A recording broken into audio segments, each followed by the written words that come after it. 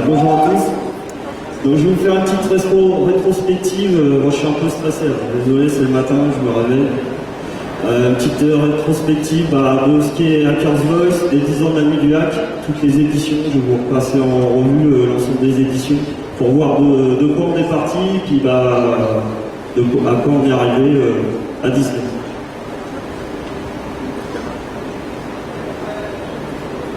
Donc, qui je suis? Je suis un membre de Hackers Voice depuis 2005. Je suis aussi directeur technique de Sysdream. Et j'ai d'autres activités à côté qui n'ont rien à voir avec l'informatique. Une petite addition simple. Ça, c'est en gros, c'est les 3 versions locaux de Hackers Voice en fait. Et le résultat, c'est une belle nuit du hack, enfin, en tout cas on l'espère pour fêter ses 10 ans. Alors Hackers Voice, c'est quoi? C'est la plus ancienne des communautés de White Hat françaises encore active, qui a à peu près 12 ans.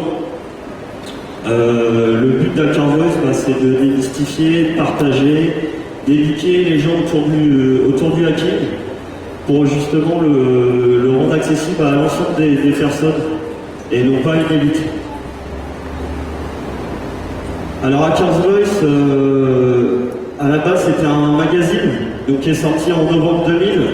Donc le titre du magazine c'était des pirates livrent leurs secrets. Donc une petite phrase toute simple qui est tirée de l'édito. Voilà. Hackers Voice n'est pas un journal clandestin et n'a pas besoin n'a donc pas de raison de se cacher. Donc le magazine a eu plusieurs noms, c'était tiré à peu près environ 10 000 exemplaires par mois et on est arrivé à son apogée en 2002 avec à peu près 60 000 exemplaires de tirés dans les kiosques en 2002. Donc maintenant c'est collector. Une petite anecdote sympa, en 2002 en fait, le groupe titrait des hackers citoyens passionnés en garde à vue. Alors pourquoi? En fait, Hackers Voice avait contacté plusieurs banques françaises et leur avait expliqué en fait qu'il y avait des vulnérabilités, etc.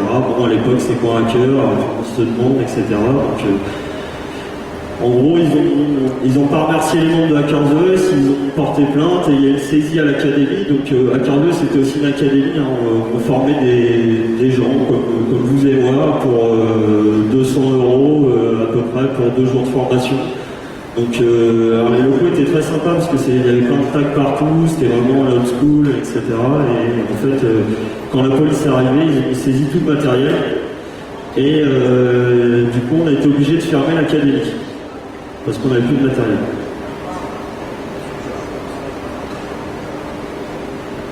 Alors en 2006, DLP, la maison éditrice en fait de Hackers Voice, ferme. Et du coup, une nouvelle ère commence, celle de CrashFR. Alors CrashFR, c'est un des fondateurs de Sysdream et qui était membre de la communauté Hackers Voice, qui était aussi un rédacteur et on verra plus tard qui est la personne en fait qui a créé la Nvidia en 2003. Donc pourquoi 99% White Hat? Alors ça c'était l'idée de DV à l'époque, DV qui était le rédacteur en chef du magazine Hackers Voice, parce qu'en fait les frontières en France sont assez minces, et encore plus maintenant avec des lois comme l'OPSI 2, et donc quand on est curieux, on passe toujours cette frontière, mais même d'un fil, et donc voilà, pourquoi le 99% White Hat. Donc en fait, DLP en fait revend ses marques en fait à Hackers Voice, The Academy, etc. à Sysdream. Donc c'était en gros c'était aux enchères, donc on se rappelle à l'époque il y avait Pirate Mag là, qui voulait racheter en fait les droits sur les marques justement parce que ça les intéressait, mais bon pour Crash en fait c'était vraiment une affaire de famille puisque c'était quelque chose qui l'avait aidé à se construire, donc il fallait vraiment pour lui, c'était important, même si Sysdream démarrait avec très peu de moyens, mais c'était important de récupérer les marques pour justement que ça soit pas qu'on ne gâche pas l'état d'esprit qui avait été monté depuis 2000. Donc depuis 6 ans, en fait, on organise des meetings tous les premiers samedis du mois. Donc avec, c'est ouvert à tous, hein, on discute, on boit quelques bières, on fait parfois des conférences sur divers sujets que certains membres viennent nous proposer. Donc c'est assez sympa et convivial, ça reste toujours dans l'état d'esprit de Hackerverse depuis sa création. Donc on a aussi sorti 3 zines qui ont été téléchargés à peu près un bon 100 000 downloads en fait sur le site de Hackerverse. On soutient aussi les communautés de Hacker White Hat en France, c'est-à-dire s'ils ont besoin, ils savent qu'on est toujours prêt à les aider. Enfin, là où on peut aller avec les moyens qu'on a, mais en tout cas, voilà, c'est une grande famille et c'est pas que Hackerverse. Moi, je ne citerai pas parce que je vais peut-être en oublier, mais il y en a plusieurs dans la salle. Mais en tout cas, voilà, c'est nos amis, mes amis autour d'Hackerverse et autour de toutes les communautés de hack en France. Alors, joyeux anniversaire, la Nidiac fête ses 10 ans, comme vous le savez. Donc la Nidiac, c'est quoi? C'est 10 ans, ça a été créé par CrashFR en 2003. Donc la première édition, il y avait à peu près une vingtaine de personnes dans un cyber et puis une vingtaine de visiteurs, de curieux qui passaient par là dans le Châtelet. Ils se sont dit tiens, il y a des gens, ils ont des têtes de mort, on va aller voir ce qu'ils font, ils font des challenges, etc. Donc au final, il y avait une quarantaine de personnes. Donc le but, c'est voilà, de se réunir autour d'une passion qui est le hacking. Donc partager des idées, partager des idées de challenge, de projets, de tout et rien, quoi. Il y a aussi des trolls, normal. Et puis aussi partager les bières entre amis, quoi. Et en fait, c'est toujours basé sur les principes de Hackerverse qui est éduqué, démystifié et partagé. Alors la première lumière, une petite photo, donc ça c'était le cyber à Paris, à Châtelet, quoi. Alors que c'était marrant parce que à l'époque tout le monde, personne ne voulait être à visage découvert sur la photo, donc tout le monde avait un petit bandeau noir, parce que en fait 2002-2003 avait été plutôt des années un peu noires, on va dire, au niveau de comment dire entre autres l'arrestation de plusieurs membres de l'académie en garde à vue, etc. 2004, la saucisse de Toulouse. Alors c'était à Toulouse. Alors une petite anecdote sympa, c'est que en fait le challenge, il a été codé dans les bus. Donc à l'époque, la team avait loué des minibus et le challenge n'était pas terminé. Donc en fait, sur le trajet, ils ont fini de coder le challenge. Donc c'était vraiment le premier challenge. En fait, c'était de terminer le wargame sur la route. Alors on peut reconnaître certaines personnes de dos, mais je t'ai révélé. Bon, ça c'est après. Ça c'est après. Alors il y en a, on ne sait pas s'ils ont bu trop de bière, ça c'était X-Dream. Bon là on peut voir Clad qui est sur la gauche. T'as l'air bien d'amitié avec... C'est vrai que c'était dans ce genre de soirée qu'on voit un peu que la nuit du hack a aussi beaucoup voyagé. Puisqu'en fait, il n'y a jamais eu, à part cette année-là, 2 nuits du hack au même endroit. La nuit du hack a toujours été là un petit peu finalement où on avait l'opportunité de se mettre là où si on avait des contacts, ils me disaient bah oui, je peux avoir une salle pour la nuit du hack à tel endroit, on se disait pourquoi pas. Et donc même pourquoi pas aller le faire en province, dans des régions peu denses en termes de population. Et évidemment, ce sont des événements qui sont difficiles à préparer lorsque vous devez déplacer votre matériel, vos challenges et tout un parc informatique en fait, et le mettre à disposition de gens qui arrivent juste pour une nuit. Et quand il faut que ça marche, c'est sûr que c'est pas évident et il y a eu pas mal de rebondissements.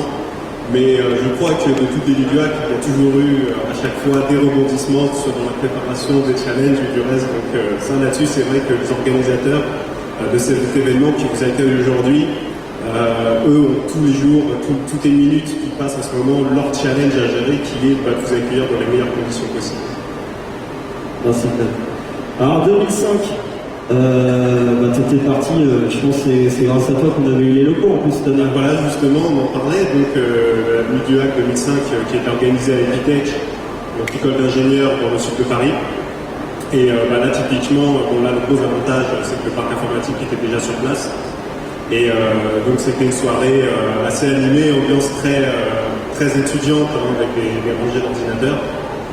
Et pour avoir organisé, c'était la seule fois d'ailleurs où je me suis proposé d'organiser la Nuit du Hack. Et avec toutes les difficultés, je sais que c'est le genre d'événement où il vaut mieux être bien nombreux pour y arriver. D'ailleurs, on avait eu discussion animée avec Polo ce soir-là, je me souviens. Et puis c'est aussi ce soir-là que Laxig a trouvé son futur métier, qui était trop professionnel, et puis il a sa petite carte, il se baladait dans la Nuit du Hack en distribuant des cartes de visite de Troll.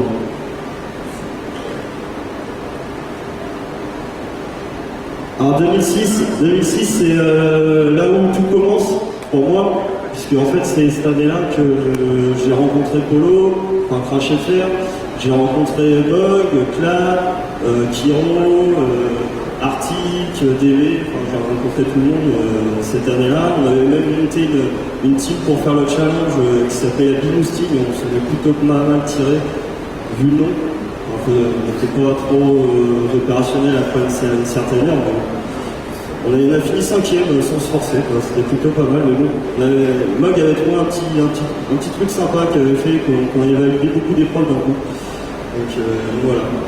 Et c'était une belle nuit du Hack, on l'avait organisé à Maubeuge, donc avec l'équipe d'Akissi qui est présente là-bas. Et c'était vraiment sympa. Alors, si je peux me permettre d'ajouter Guillaume sur cette nuit du Hack, parce que j'avais été moi, cette fois-ci pour le coup, non pas organisateur mais challenger, avec une équipe de mon équipe de Suisse en fait, puisque je travaillais à ce moment-là en Suisse. On avait gagné donc la nuit du Hack, on avait fini premier. Et il y avait parmi les challengers un jeune qui était venu, qui était tout seul. Il avait fait le challenge tout seul, en solo, et il avait fini 3ème. Et il y avait comme prix à gagner pour l'événement un voyage à la Defcon pour Las Vegas. Et en fait, cette nuit du Hack, c'était un petit peu le tournant même de l'histoire de la nuit du Hack et de DNP, puisque c'était donc la maison d'édition qui éditait le journal qui avait proposé d'offrir ce voyage à la Defcon à Las Vegas. Alors c'était pas pour toute l'équipe, c'était pour une personne de l'équipe, ce qui déjà, c'était déjà pas mal pour partir en voyage aux États-Unis. Et donc on avait décidé de donner le lot gagnant à celui qui est arrivé 3ème. Et en fait, malheureusement, dans la suite des péripéties de la maison d'édition, qui a eu des difficultés, la personne n'est jamais partie à Las Vegas. Ce qui s'est passé, c'est que lui, il était arrivé 3ème au challenge, c'était le jour de son anniversaire. Il y avait le maire qui était venu pour remettre le premier prix au gagnant de l'événement. Donc le type, il était sur un nuage et il n'est jamais parti. C'est quand même vraiment... C'était un bel anniversaire pour lui. C'était un bon anniversaire pour lui, il était super content. Mais c'était aussi la nuit du Hack qui a marqué aussi le tournant un petit peu puisqu'après ça, ma DNP a cessé justement de supporter l'événement. Et donc c'était un petit peu aussi le point pivot pour l'événement. Tout à fait. Alors, le point pivot, c'est l'année 2006, c'est là où on s'est rencontrés, c'est là que tout commence, puisque en fait, là, à partir de 2007, on a commencé à organiser ça par nos propres moyens. Donc, et on peut le voir, c'était autre chose que Disney, clairement. Alors ça, c'était une nuit du Hack qui était mémorable. Alors on avait loué une grange à Mandre-les-Roses, donc c'est dans le fin fond de Paris. Enfin, moi, je suis pas très géographie parisienne.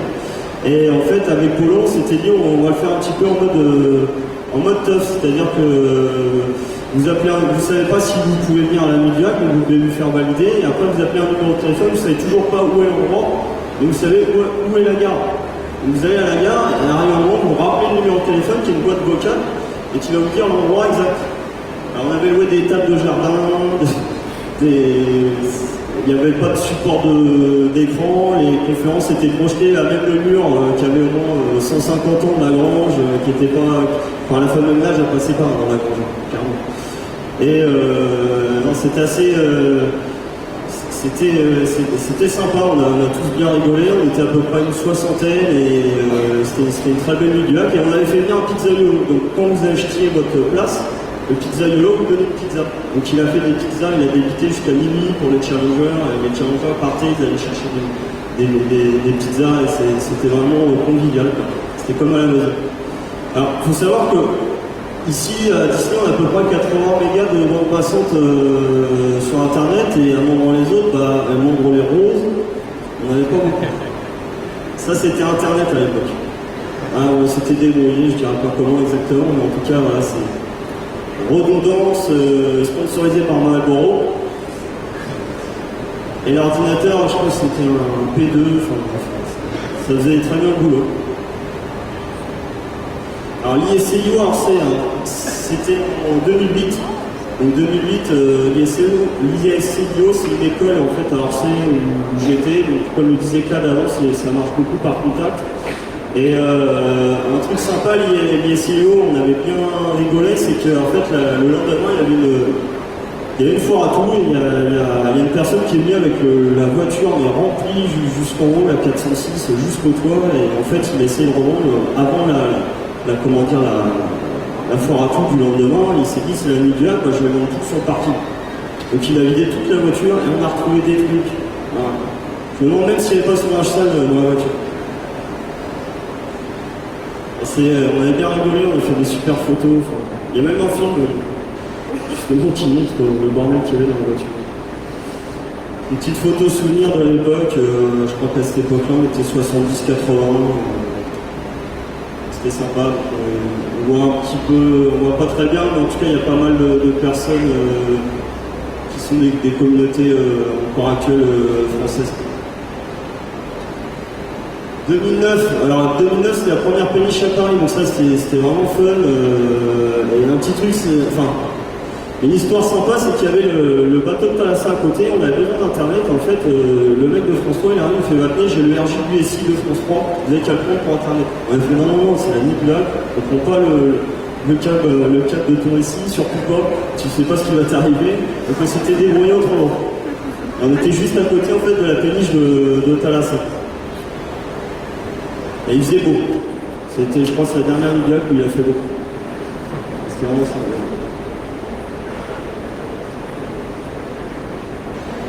Alors 2010, on a pris une péniche qui devait faire 900 personnes, il faisait pas très beau, c'était le premier CTF qu'on organisait. C'était vraiment sympa parce qu'on était dans une belle péniche, mais il n'y avait plus de place, il faisait super chaud. C'était la première fois qu'on organisait un CTF et avec toute la complexité que ça apporte, donc on avait une super équipe de stagiaires à cette époque-là. Et c'était, il y avait Yvon Le Fou, Chaka, Miklos, enfin moi les gens passent. Et cette année-là, c'est l'équipe à DV qui avait gagné, DV Arctic, Fauzi, Uzi, Solo qui avait gagné justement le CTF. 2011, c'est au milieu de l'année dernière. C'était la première fois qu'on venait à Disney, donc avec les contraintes que ça apporte de découvrir l'endroit. Mais bon, une fois que vous avez fait des granges, des péniches, des écoles, et que vous faites tout le premier jour, et que l'avantage à Disney, c'est que vous pouvez venir la veille, bon, on va pas trop se prendre. Et c'était une belle émission, même si on a eu le petit souci pour le CTF. Et moi j'ai mis Virtu en photo parce que j'adore cette photo. Je sais pas, il a pas l'air content, mais en tout cas il présentait son outil là sur Android et je crois qu'il localisait, il est en train de localiser Loïc en lui envoyant un SMS sur son Android de Loïc parce qu'il était en retard. Et justement il faisait la démo de Loïc qui arrivait de la gare et qui était à la bourre. En lui envoyant un SMS, il localisait son collègue. Cette année, je n'ai pas grand chose à dire. On verra plus tard, c'est à vous de nous dire, la future édition. Buvez quelques bières pour les 10 ans, mais pas à ce temps-là, clairement. Parce que sinon, on va se poser des questions. Alors, le bon... il y a le bon et le mauvais chasseur, mais il y a aussi le bon et le mauvais hacker.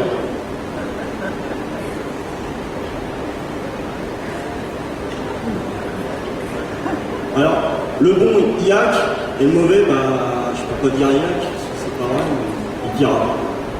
En gros, je considère qu'il y a 3 générations de hackers, et il y a la génération Captain Crunch, on va dire, qui avait pas encore l'internet, qui était démocratisé, qui était plus de la bidouille, en fait, un peu plus hardware, qui avait un autre état d'esprit vraiment d'école, qui venait peut-être aussi du monde, les radioamateurs, etc. Donc c'était pas vraiment orienté informatique. Après, vers 98, on a vu les lignes internet se démocratiser avec des offres comme AOL, tout illimité. Donc, on a commencé à avoir de plus en plus de connexions internet dans les foyers et à cette époque-là, il fallait optimiser. Clairement, les outils que vous connaissez aujourd'hui, bah, ils n'existaient pas. Il fallait ou les créer, ou se débrouiller pour justement faire une combinaison de choses qui arrivaient justement à vos fins. À cette époque-là, il fallait vraiment chercher encore plus que maintenant.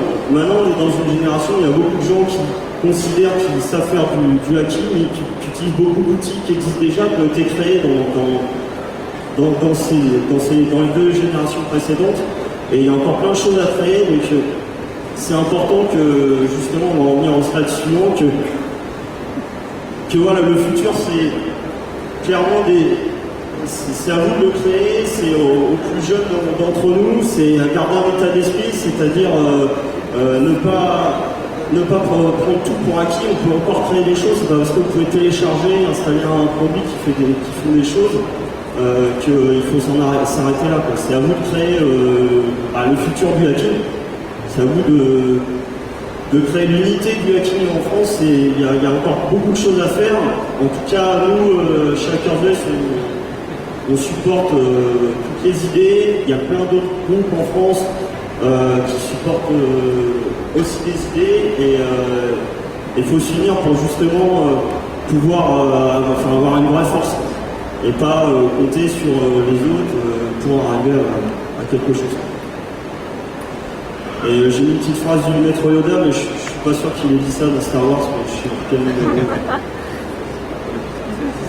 Bon, les références, bah, le site HackersVoice, le Twitter d'HackersVoice. Clairement, le futur d'HackersVoice, c'était le souhait de Crash. Crash qui est décédé en fait en décembre là, de l'année dernière. Le souhait de Crash, c'était quoi? C'était de renforcer HackersVoice, de créer une association loi 1901 et de vraiment faire participer au plus large les personnes en fait sur HackersVoice. En justement pouvoir subventionner des teams pour partir faire des challenges, subventionner des projets, subventionner des bibliothèques, subventionner du matériel, en faire quelque chose en fait avec la structure qu'on va créer. Donc, on espère la créer en 2012 si tout se passe bien, peut-être en 2013, mais en tout cas vous aurez des nouvelles à ce sujet, c'est pour ça que je n'en débat pas plus. Mais en tout cas, il y a un beau projet qui se prépare et on est en train de renforcer justement HackersVoice dans cette idée, et en tout cas on espère en faire profiter le plus de personnes. Bah, j'en profite rapidement, c'est ce que j'ai eu l'occasion de les remercier tous, mais en tout cas je les remercie encore, je les remercierai jamais assez. Je me suis fait énormément d'amis autour d'HackersVoice, donc voilà, je les remercie. Je remercie aussi la team Season, qui sont des combattants, et ça, ils me l'ont montré pour cette édition, et que je pense que Polo aurait apprécié. Et puis bah, je remercie Polo pour m'avoir fait confiance.